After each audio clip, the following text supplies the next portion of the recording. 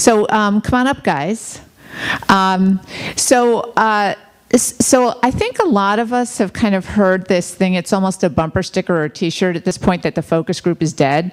And this is a topic that's of great interest to me, at least personally, because I've been involved in social for a long time, and anybody who spends a lot of time in social knows that there's a lot of emphasis on social listening and how you learn so much about your customers. And I've always, I kind of wonder where the focus group fits into that.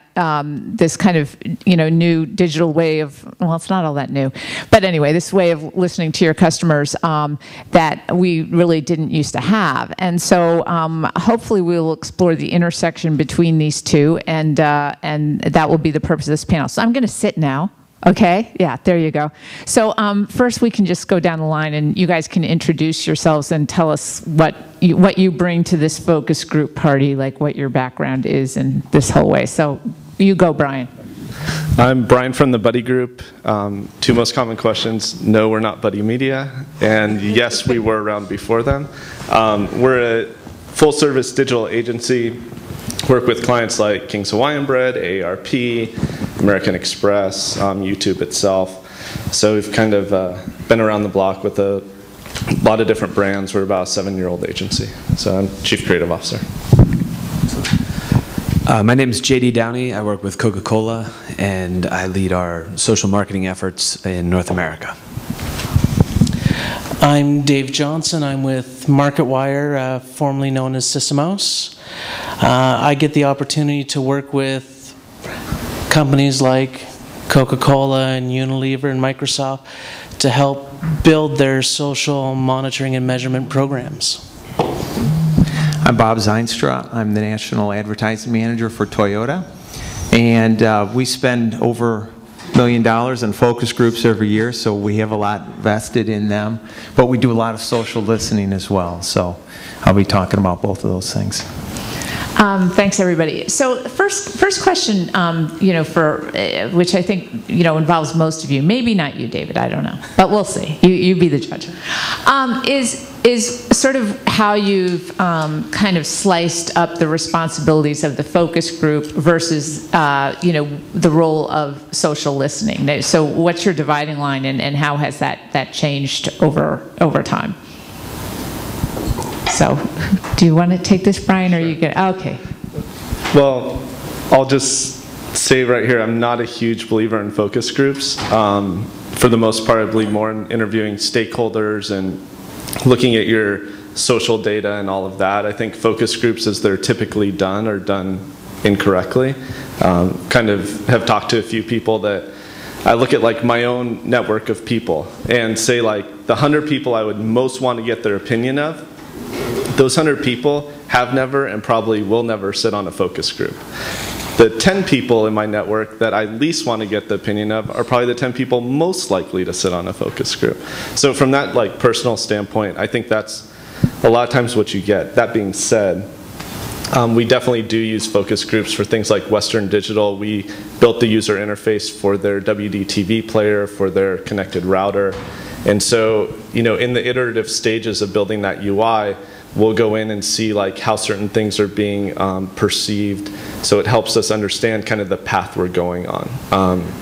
We typically don't like to use focus groups at the end of creating something where you're sort of getting this yay or nay type opinion. We want to use it more as a barometer as we go. So, JD? Yeah, obviously we use both focus groups and a lot of social listening and social analytics to help inform our decisions. And I think that it's really not an either-or option for us and the way that we leverage those tools. I think a lot of the efficacy of focus groups and social tools come down to execution and really understanding how to leverage those and when are the right times to use them as well. At Coca-Cola, some of the things that we use focus groups for would be obviously reactions to products or flavors or packaging and things that we really need to be more hands-on with people. Taste in beverage is obviously really important, and that's something that's really hard to capture through social measurement pre-launch because people haven't tasted it. But in a focus group, that's something we can put a product in front of people and see what they like. Additionally, one of the things that is unique to focus groups that you really can't get in social measurement is the ability to ask follow-up questions. And so I think in conjunction with other research tools like ethnography studies and things of that nature, we're able to really dive deeper, whereas with our social measurement, we're able to act a lot more in real time and slice up the data in a lot of different ways quickly. So I don't know, David, if this question applies. Does it? Have you figured that out yet? In a very small model, recently, as you can see from the name, we've gone through a rebrand. So I've had some experience, but it's more along the lines of personally working with our client base to get their understanding. Definitely working with the brands, getting their feeling on when they apply focus groups. And as JD put it, it's never going to go away, but it's how you apply them. But I'll pass it to you, Bob. Well, we're a lot like JD and Coke, where a lot of times we're testing out a new product feature, and so the best way to do that is face to face. But I'd also agree with Brian that the best way for us to use focus groups is on the front end of marketing or on the front end of product development, not so much on the back end, because we have millions or hundreds of thousands of people who are using it, and then we can just listen and see how it's working and react at that point. But I'd also say that a lot of the time and frankly money for a focus group is put into the recruit. If we're not convinced that we have the right people in the room, then we don't run the focus group. And a lot of our frustration comes from finding that narrow audience in whatever city we're in. Trying to find women 30 to 39 with household income of $75,000 in Philadelphia. You can't do it. You can't bring them into a focus group, so you have to go somewhere else to do that. And we've tried. So that's the biggest hurdle for us sometimes, is just finding the best recruit. And then the expense of running the focus group and all of that comes after that. One last thing I'd say in terms of benefits for us, we have a pretty complex distribution channel with 12, just on the Toyota side, 1,250 dealers. They're independent businesses that we try to influence, but they run their own deal. There's about 60,000 sales and service associates at those dealerships, and so a lot of times we have to convince them of what customers really want or how they think or where they're headed, even if it's just for a marketing campaign. And to be able to capture footage, put it together in a 30-second, 90-second reel, and to use that to influence stakeholders like dealer principals or regional managers, in our case, is really helpful too. So we use it beyond just gaining insight, but we use it to influence others in the chain. That's a great point. Yeah. So how are you finding that these two things, and some of you touched on this a little bit, are kind of working together? I could see where a social listening strategy maybe informs things like what questions you should be asking, because I think one potential problem with a focus group is you don't always ask the right question.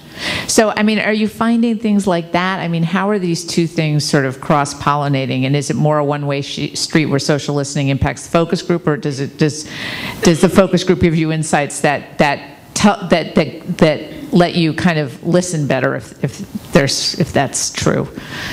So, would like to take that. I'll take it.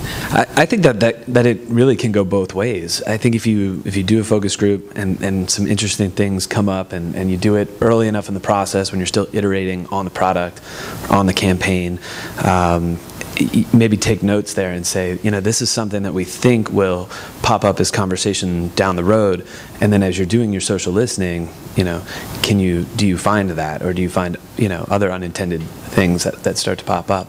And so I think it can absolutely inform some of the things that you should be looking for, keep an eye out for through social listening. And then I think the reverse of that is true too. I think through social listening, if you can listen to your target, or listen to the way people talk about your overall brand or the category, for example, and then use that to inform the types of questions you ask in the focus group, so you can dive much deeper with the target, assuming you find the right folks to build out that group. And on that, the targeting point that you and Bob made, I think that there's an opportunity there really to target kind of these different mediums, where you can almost look at it like, focus groups where you don't know a lot of times who's going to be there. It's kind of a random group. Maybe that's your unawares. And then maybe something like Twitter is where you can get those awares, because you can do the targeting of keywords and whatnot. But then like your Facebook page is where you're doing your advocates. And so then targeting your questions and your messaging and adapting it so you're not asking the same questions in all these different mediums, but driving towards the same goal of the answer that you want to try to get, but asking the questions in a different way depending on the medium. Yeah, I agree with a lot of what's been said in terms of it goes both ways. It's a two-way street. If you look at our recent Camry campaign, we launched our brand new Camry last fall. And one of the things that we found, because we hadn't done a lot of research on Camry and Camry customers for many years, it's the #1 selling car, in America, 11 years running. And so there's a lot of them out there, and there's a lot of experiences. And one of the things we found in the focus groups that we did a little bit over a year ago is a lot of advocacy. We knew that was there through our dealers, and anecdotally we get letters and things like that. But we heard so much advocacy that it then caused us to listen closer, right, socially, post focus groups, and to try to find, where are people talking about their Camrys, and how can we tap into that? And what we found is there is no forum, there is no blog dedicated towards Camry owners. Yeah, there is for FJ or Tundra or Prius, because there's such energy, and advocacy around those vehicles. So it caused us, through the social listening, to say we got to create our own space. Right, and the other sites were sort of organic communities that had sprung up? Yeah. Exactly. Okay. Yeah. So it really influenced us. The focus group then influenced us to do better listening, which influenced us to create a website called Camry Effect, where now people can go put their Camry stories. So. And do they have good stories? Oh, are they enthusiastic? They have great stories, yeah. Yeah. We have 100,000 stories, and we just launched this site, in the fourth quarter of last year. And there's no incentive to do it, aside from having an outlet or a place now to put your story. Yeah. So do they become part of your focus group then? Are you recruiting from that group? I mean, is that another way that this all cross-pollinates? Yeah, we can go back out to them. Well, we have a separate owners panel that kind of cross-pollinates from this Camry Effect story base, but we can go back out to the Camry Effect, and in fact, you'll see us tapping into that in a campaign that launches in September. Oh, okay. Yeah. Okay, you heard it here first. Yeah. So David, since you're kind of the representative of a social listening service, he's like, uh-oh, what's she going to ask? I don't know, what is she going to ask? No, I kind of wondered, like, what, whether you play any kind of role in kind of, helping kind of push the focus group agenda for the companies that you're working with. I mean, I don't know whether you advocate for that or whether your job is more to sort of, analyze and hand over the data, and what they do with it from there is their problem.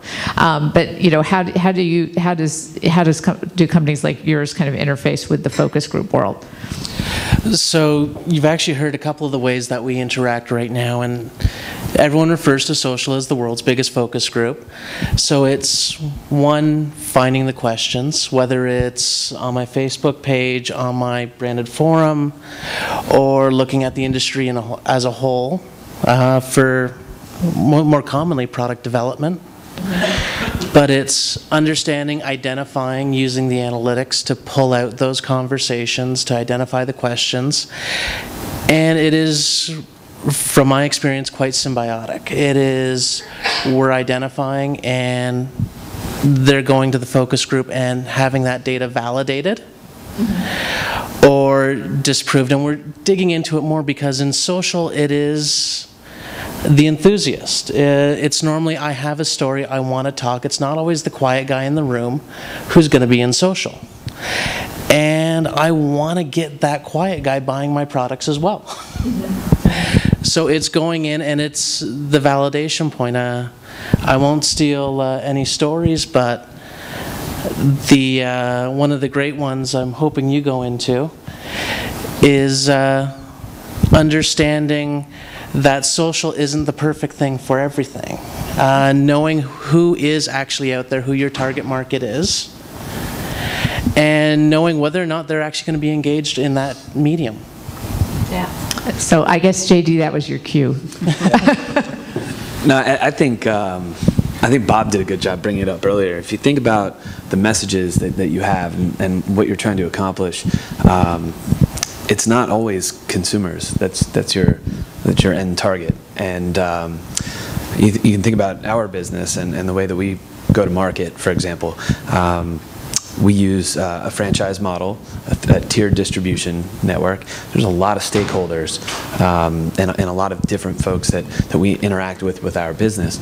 In addition to that, the complexity of even how purchases are made in our category, we aren't always marketing to the end user, so shopper marketing is something that's critical. We sell to a distributor. They create finished goods. They sell to a retailer. The retail sells to a shopper. The shopper gives it to the end user, or consumer. So there's a lot of different folks that could be involved in that decision. Sometimes it's a little bit easier than that. Vending, for example, is maybe a little bit easier, or when the shopper is the consumer, is a little bit, that can shorten the chain a little bit as well. But not all those folks are on social. If we need to influence distributors or retailers, buyers at our retailers, maybe social is not the best place to get that information, because that's not really where the conversation's taking place. Mm-hmm. And maybe when we use the metrics to sell in our ideas and show that there is a market and there is support for what we're talking about, maybe social analytics are not a credible source for that buyer. That's not what that person needs to hear to make the decision, and more traditional metrics can. So has the marketing world erred too far on the side of social? In that regard, it seems like that's kind of what you're saying, and I think that we get very excited about all the new things out there, and sometimes we kind of overcorrect. I mean, what do you guys think of that, or is that? I think it depends, right? Because there are certain groups that are probably, buried in this, that are very seasoned and get this. I would think that your traditional PR folks in your organization, or any type of communications group, I think brand marketers and digital folks kind of dive into this and move on to that pretty quickly. But executives and a lot of times your more senior sales folks or your customer side of the organization may not be as far along the learning curve as some other folks in the organization. And that's where it comes down to, I think, what David really hit on is, how do you link these things together? Because it's great to say that focus groups can feed social listening, or social listening can feed focus groups, but the structure of the organization and what can often become silos can really break down the ability to link those things together. Yeah. So no, Bob, you were shaking your head during that. No, Yeah. I don't think we've gone too far. I don't think we've gone far enough, with social listening and really understanding real time how we can use the new insights. I mean, we stumble on stuff and then use it, and I'm shocked that we don't have a more precise regular way. And we're working on those things, right, to have a real-time way to feed in insights. We stumbled on, has anyone seen our Swagger Wagon video that we did about 18 months ago? Some of you have.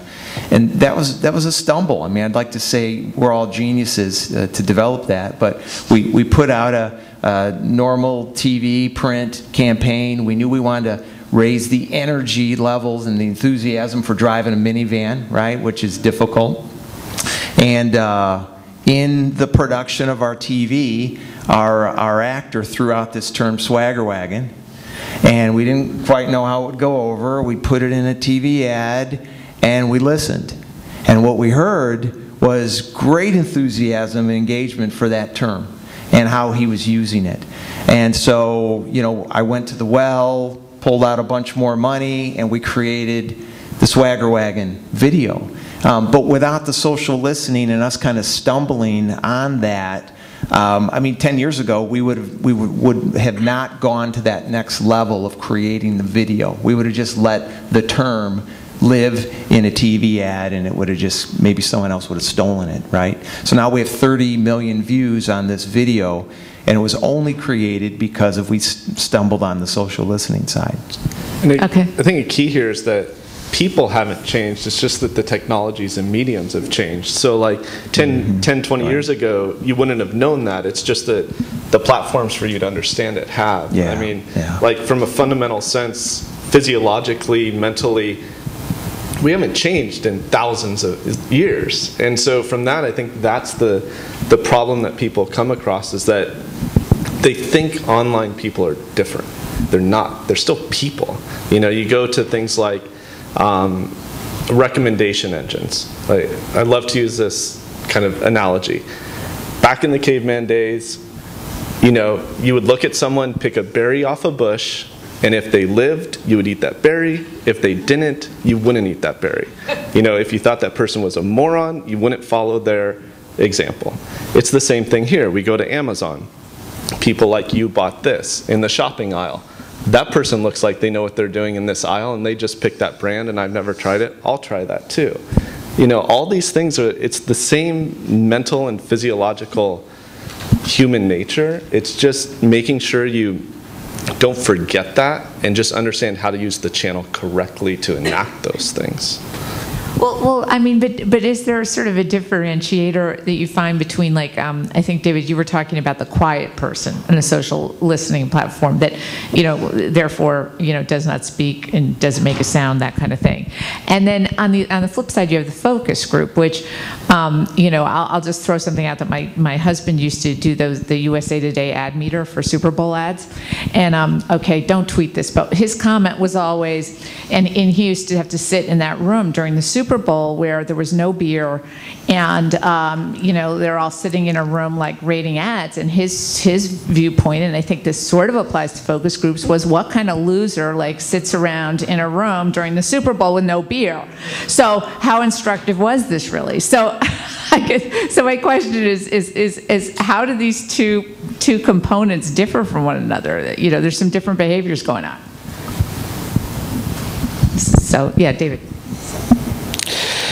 So you've mentioned the first part, know the audience, know what to expect, and it will always put a lens on that data. I know when I'm looking at my social mentions, I'm going to get more, it's going to be more polar. I'm going to have the people who love passionately, like we were talking before, or Apple. It is a cult. A lot of us here. But at the same time, I have to have that recognizing, and whether it's a human level of a sanity check on it or looking at the volume or the tonality, in our minds, in the way we use our systems, we look at what that user says about everything. We keep talking about social listening. We consider it social research. Because it's not just when you're listening about when somebody mentions my product or my campaign or my hashtag. It's about everything they are, so you can get a better idea of their behavior. Just like when somebody who's running a great focus group knows how to read a room and know who those people in the room are. So it's getting that more holistic look at that data when you're making your decisions and putting that lens on it.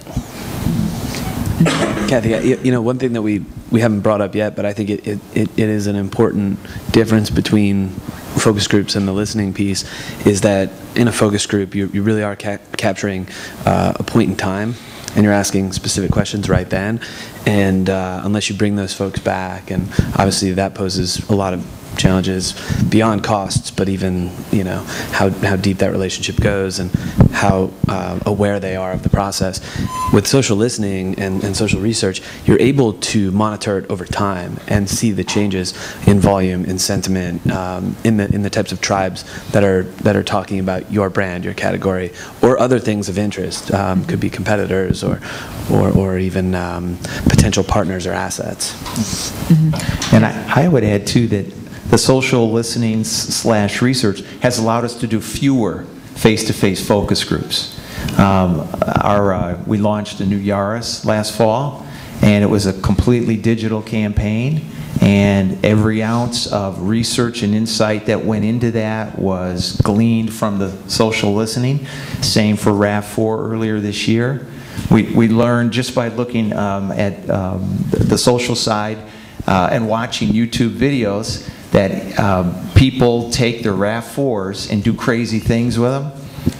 They don't have, they haven't purchased an FJ or a 4Runner, which really, has great capability, but they still see it as a vehicle that can go off-road and crash through snow drifts and that sort of thing. So we use that insight, which we honestly wouldn't have gotten on our own, because we don't see the RAV4 buyer as that kind of person. But we were trying to get, a socially fun campaign. So yeah, it's allowed us to do less of the traditional, save money, save airfares and that sort of thing. So it complements, but it also replaces, to some degree. Depends on the product or the circumstance. Well, what kind of internal issues does that bring up? Because, there's sort of the traditional research approach. It seems to me that social has, even as it's maturing, has sort of grown up as its own thing. And so how do you kind of deal with those internal challenges between the focus group and the social research, and how those two things, fighting kind of the internal biases and the silo war, so to speak, to make sure that these things are kind of working in some sort of cohesive, fashion? Well, it's the opposite effect of what some of us have been talking about, where you can influence your influencers, your stakeholders. They don't believe the social media as much, or the social listening. And so you have to really bring them a lot of quantity in order to help them understand, because this may be a 57-year-old person who doesn't go on forums, who's not on Facebook, who really doesn't understand, but you show them a focus group video and now they get it and they believe it, even though it's a sample of 6, right? Right, that's what I wonder about, yeah. Yeah, so the opposite effect does hold true, and so we need more quantity, and our agencies have had to figure out how to use our social listening tools to really glean that information and make it influential, and have the kind of sample size that works. So those are the organizational shifts and changes that we've had to go through to really provide credibility. Yeah, I think I touched on this a little bit earlier, but going a little bit more in depth on it, I think you brought up a great point. So if social, you've got these certain groups within a lot of organizations that have kind of deemed themselves responsible for social, and it resides in a lot of different places. And same thing with research and knowledge and insights and that type of work. You've got groups that own certain pieces, or you've got clients of those groups that use that information in certain ways. And now here you have this new tool. It's a BitNation. It hasn't been around all that long. There's a lot of vendors in the space that are knocking on the doors and coming through the windows, and everyone's got an idea of what might work. And you've got a lot of people in these organizations that aren't fully aware of the capabilities that this approach brings. And so how do you, like you said, how do you get them to understand the capability of this new tool? How do you train them on it to really understand the value it can add to the business? And so I think you got to find the right opportunities to tap into the different parts of the organization. And I think some of the best opportunities to do that are crisis opportunities. It's obviously one of the great use cases for social listening, the speed at which you can get these insights and this data. So if you find yourself in a situation where you need to sell in the value of social listening and the analytics, find that crisis and provide unique information and a point of view through, it is obviously qualitative data that's reported in more of a quantitative way a lot of times, but you can use that to really inform senior executives of things that are important to the company, and maybe they just weren't aware of the full capability of the tools. Yeah, I mean, maybe you could just create a crisis if you're really desperate. I mean, it's been done. So, I mean, Launch New Coke. Right, exactly. Wouldn't it be fun to recreate the New Coke crisis and see how that would work out for you? So, Brian, yeah. I think there's an intersection in your question between what Bob Garfield talked about with the human element, and then what Austin talked about with AuraBrush of you can start simple. Like you can do simple, cheap things that can have big effect. So, we do complete digital strategies for brands, and we'll look at social and digital and just everything. But at the same time, we'll send someone out from our staff. Like we did something for Marucci Sports. They do bats that I think they're the #2 or #3 bat used in Major League Baseball. But no one's heard of these guys, right? They're from Louisiana. Great quality bat. We did this strategy, sent someone out to Big Five, a Sports Authority, a Sports Basement, and told them to go to the sporting goods section where they had bats and ask some people just about Marucci. Ask the actual people selling the bats about Marucci. So from that, we didn't do a focus group. We didn't have to do the travel like you're talking about, everything like that. Went to 5 local places, but from that human element, from the influencing the stakeholders, we now had quotes from people that are literally influencing hundreds, if not thousands of people on the purchasing decision, saying, yeah, that's a great brand out of Japan, or they make great mitts. This is a Louisiana homegrown baseball bat company. And the person in Big Five Sporting Goods doesn't know this. So those types of quotes, that human element of it all goes a long way. So having those that have that visceral impact of seeing that quote, and then you do all of the different social data, it has a huge impact. See, and I look at that and I say that's all about knowing where to go, who to ask questions to, and where to ask the questions. And so that's why, I mean, we're looking at focus groups and social listening, but we use so many different tools. We use neuroscience, and that's appropriate when you can't ask people certain questions. They don't know the answer to them, but we have ways of measuring their responses. And this is similar through a distribution channel and through sales reps and information. You're not going to find that what you're looking for other than the way that you approached it. And so I think when you look at what's become a really complex toolkit of ways to gather information and to analyze that information, it's critical to know which ones to use. And there's the danger in certain groups having sweetheart approaches to doing it. You mean, internally. And right? Internally, and trying to apply the same tools when they don't make sense. And so when Bob said, yeah, we've replaced the focus group in certain situations, great. That's really smart because you found a better tool for those situations. And in the old days, you may have had to rely on a focus group when it probably wasn't the best fit. And I think that's where the folks that are doing this well have gotten smarter about let's get all the tools that make sense for the projects. Let's know the capabilities and let's apply the right ones, and that's an art in itself. Yeah, I just looking at the time. Do we have any questions that out there? Rob, are you on top of this? Okay, I can't see. It's really bright up here, so I don't know whether. Okay, we're clear. All right. Well, okay, Bob, I'm going to ask you a question we did not go over earlier, although a lot of these, I'm really off script now, so forget it.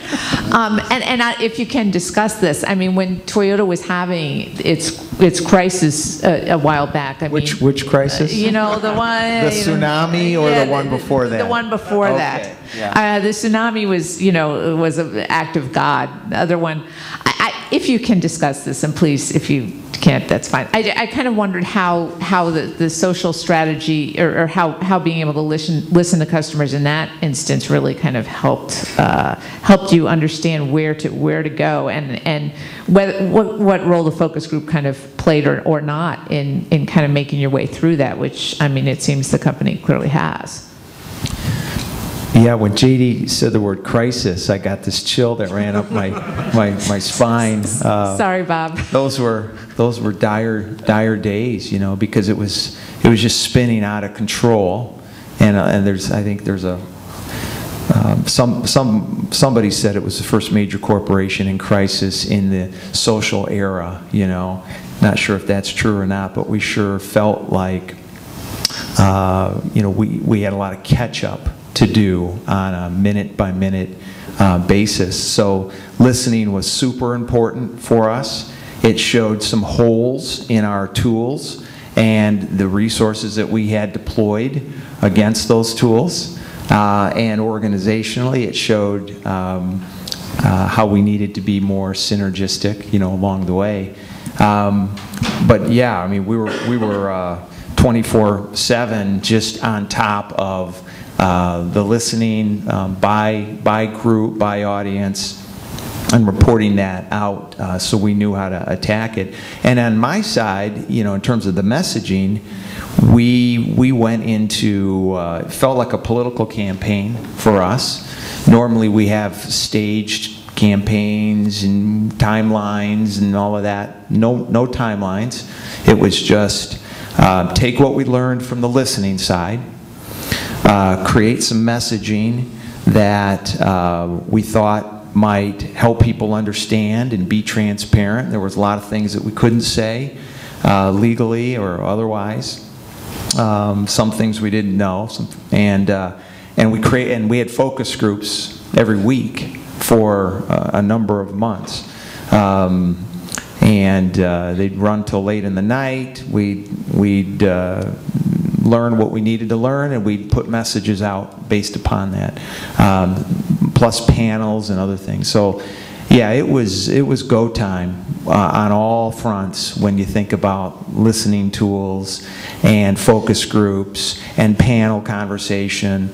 You know, back in 2010, but we learned a lot from it for sure. Mm-hmm. It sharpened us up quite a bit in terms of how we listen and gain insights and respond.